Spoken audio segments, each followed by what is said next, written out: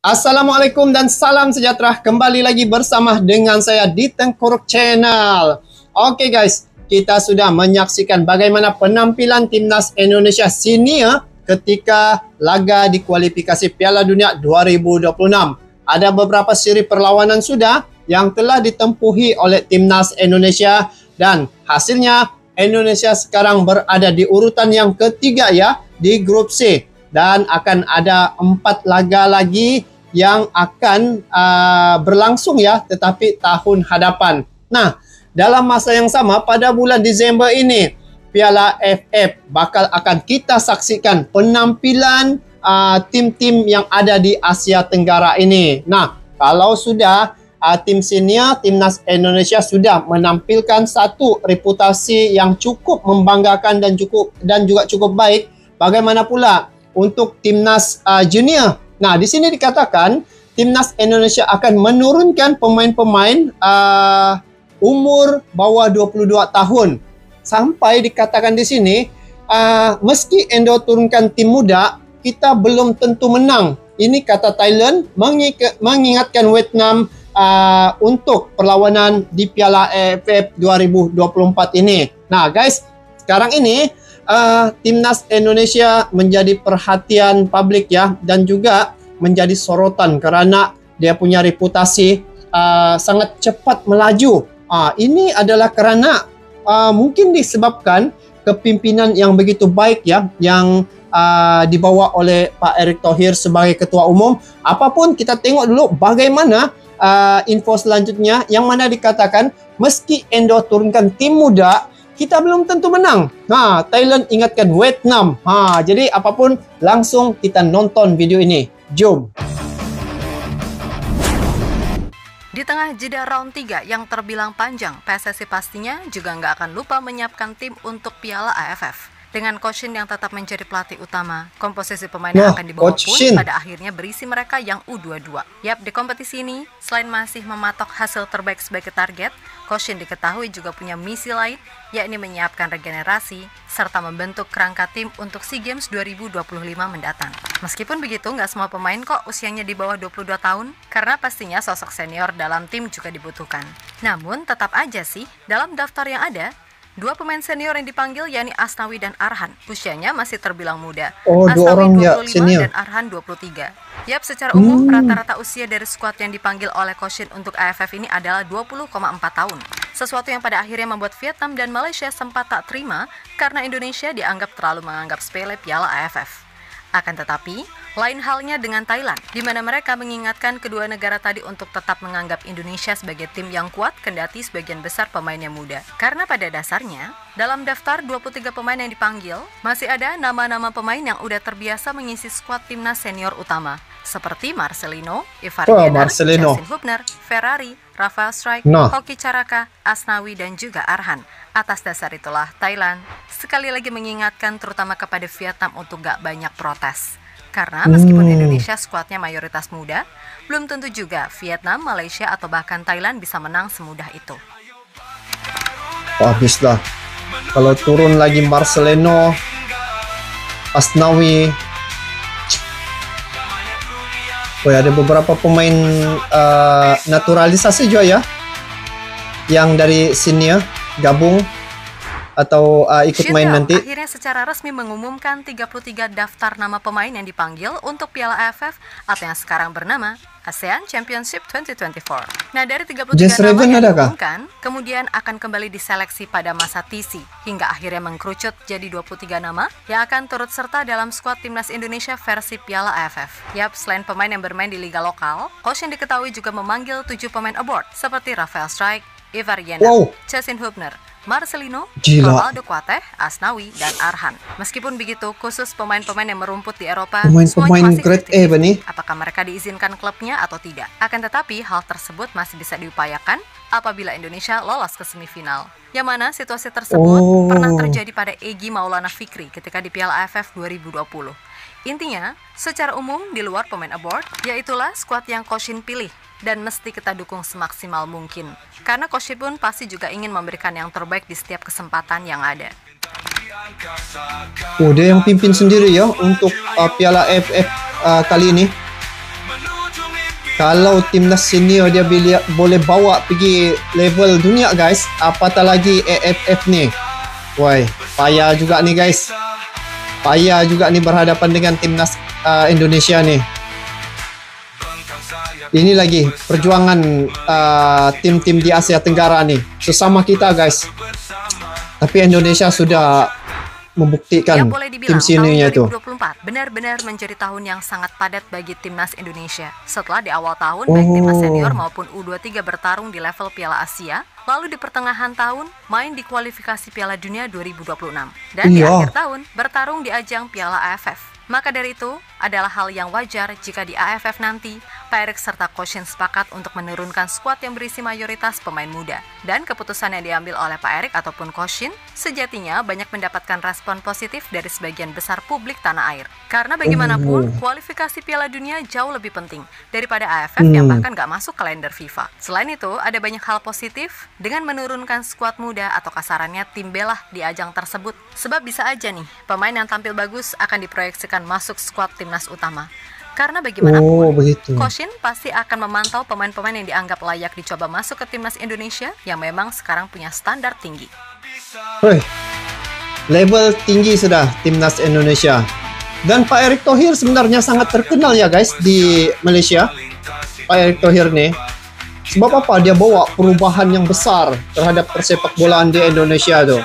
Jadi bila Indonesia bangkit, seluruh mata tertumpu pada timnas Indonesia. Atau yang selama ini familiar di timnas senior, sejatinya nama-nama yang dipanggil oleh Coach Shin pun juga sebagian besar adalah mereka yang udah bolak-balik masuk di timnas kelompok umur. Kadek Arel, Doni Tri, Kakang Rudianto, Robi Darwis, Arkan Fikri, hingga Ronaldo Kuateh. Semuanya adalah beberapa nama yang terdengar udah nggak asing lagi di telinga. Dan sebagian besar pemain yang dipanggil pun juga terbilang punya kemampuan yang oke di level umur yang mereka ikuti. Nah, kalau pemain-pemain tadi ditambah pemain seperti Marcelino, Ivar, Justin, Rafa, Asnawi, Arhan yang berpengalaman di timnas senior, harusnya tim ini masih punya kesempatan berbicara banyak. Meskipun di satu sisi tim-tim rival terutama si Vietnam yang kita tahu protes mulu gara-gara Indonesia menganggap remeh Piala AFF. Yap, salah satu media Vietnam, The Tao 247, menilai bahwa pelatih Shin Tae-yong dianggap mengambil keputusan aneh untuk mempersiapkan tim jelang Piala AFF. Sebab jika semua tim sudah mengumumkan skuadnya jauh-jauh hari, Coach Shin bahkan baru ngumumin skuad yang dipanggil kemarin. Itu pun masih diseleksi lagi jadi 23 nama. Indonesia punya langkah aneh terkait daftar pertandingan jelang kejuaraan ASEAN. Timnas Vietnam TC di Korea Selatan untuk memasuki rencana persiapan turnamen nomor 1 Asia Tenggara tersebut. Namun Indonesia, lawan utama timnas Vietnam di grup B cukup bungkam dengan persiapannya, tulis media tersebut. Di sisi lain, apa yang diributkan oleh Vietnam membuat Thailand diketahui cukup merasa terusik. Menurut Teraton Bun Matan, melihat segala yang terjadi di timnas Indonesia, ia mengaku sama sekali tak kaget. Sebab pada 2021 lalu saat Thailand mengalahkan Indonesia di final AFF, ia melihat dalam 1-2 tahun ke depan setelah itu, Indonesia akan punya tim yang menjanjikan untuk bersaing di level Asia. Dan semua itu terbukti nyata ketika sebagian besar skuad timnas yang muda-muda itu berhasil lolos ke round 3 kualifikasi Piala Dunia, bahkan kini ada di posisi 3 klasemen sementara, serta mampu menembus 16 besar Piala Asia level senior untuk pertama kalinya. Serta jangan lupakan juga kesuksesan masuk semifinal di Piala Asia U23 sebagai tim debutan. Baginya, dengan stok pemain yang melimpah, apalagi dengan adanya pemain keturunan atau pemain abroad, Indonesia benar-benar udah jauh berkembang dari segala sisi. Dengan kehadiran Coach Shin Tae-yong sendiri yang memimpin pasukan ini, sudah pasti Indonesia akan membuat kejutan. Kalau dikatakan di sini, meski Indo turunkan tim muda, kita belum tentu menang. Ini kata Thailand. Dia mengingatkan Vietnam ya. Sebab apa? Coach Shin Tae-yong sudah membuktikan bagaimana strateginya membentuk timnas senior itu sehingga menghadapi tim-tim yang kuat, yaitu tim-tim gergasi di grup C, bisa mereka mengimbangi, ada yang bisa dikalahkan. Jadi boleh jadi seiringnya kekuatan timnas Indonesia ini selevel dengan tim Asia. Itu satu perkara. Yang kedua, Coach Shin Tae-yong pasti akan membuktikan ya bahwa timnas junior juga bisa seiring seperti mana dia membawa timnas senior. Jadi kalau Coach Shin Tae-yong sendiri yang memimpin, sudah pasti target Indonesia akan melakukan yang terbaik, dan pasti walaupun ini bukan dalam kalender FIFA, tetapi dengan penglibatan timnas Indonesia ini akan menunjukkan di Asia Tenggara ni untuk level 22 tahun ke bawah ni, pasti ini akan menjadi satu ukuran ya untuk timnas Indonesia. Jadi sangat menjadi tumpuan sekarang ini dalam perlawanan Piala AFF untuk tahun 2024 ini. Sebab apa yang saya lihat ya, Thailand, Vietnam, Malaysia, Indonesia, 4 tim ini sentiasa ya dia punya seperti ombak lah guys. Dia punya suasana. Tetapi daripada keempat-empat tim ini, sekarang Indonesia telah meraih beberapa kejayaan. Sebab dari segi semua kelompok umur ya, timnas Indonesia lolos ke Piala Asia. Itu yang pertama. Yang kedua, untuk tim senior pula, dia satu-satunya dari ASEAN yang melaju pada putaran yang ketiga. Dan bila saya melihat bagaimana kepimpinan Pak Erick Thohir yang begitu banyak ya, pemimpin-pemimpin sepak bola, bukan saja dari dalam negara, malah dari luar negara juga turut respect dan juga sangat kagum terhadap kepimpinan Pak Erick Thohir yang mengubah warna timnas Indonesia tu dari 191 sehingga hari ini 125 ranking peringkat FIFA. Jadi ya, kalaupun tim muda yang Indonesia turunkan, tetapi dalam pemain-pemain timnas Indonesia itu ada yang sudah mengikut ya perlawanan peringkat dunia ataupun kualifikasi Piala Dunia punya peringkat. Jadi sudah pasti pengalaman-pengalaman ini mereka bawa dalam ajang perlawanan Piala AFF ini. Sudah pasti dari segi kekuatan timnas Indonesia harus juga perlu hati-hati terhadap timnas Indonesia. Betul itu apa yang dikatakan oleh Thailand yang coba mengingatkan Vietnam. Bukan saja Vietnam, malah tim-tim yang ada di Asia Tenggara ini harus berhati-hati dengan pemain-pemain timnas Indonesia sekarang ini. Sebab dalam timnas Indonesia ni mereka tahu ya lawan mereka siapa dan siapa pemain yang perlu diturunkan. Jadi ini yang dikatakan mesti Indo turunkan tim muda. Kita belum tentu menang. Thailand ingatkan Vietnam terhadap laga yang bakal akan dihadapi pada bulan Disember nanti. Jadi itulah perkara yang telah berlaku sekarang ini terhadap persepak bolaan di Asia Tenggara ini. Indonesia menjadi tumpuan dan juga menjadi perbualan publik sehingga tim-tim yang ada di Asia Tenggara ini banyak yang sudah berubah guys. Maksudnya berubah karena mereka melihat Indonesia maju. Jadi untuk jadi maju seperti Indonesia, jadi setiap tim yang ada di Asia Tenggara ini mereka harus membuat sesuatu sekiranya tidak mau ketinggalan. Nah, begitu guys. Sebab Pak Erick Thohir pernah sudah bertemu dengan Madam Pang ya. Madam Pang datang ke Jakarta bertanya ya bagaimana sehingga kantor FIFA ada di Jakarta. Jadi dia coba untuk mempelajari sesuatu, dan begitu juga kerjasama antara Pak Erick Thohir dengan TMJ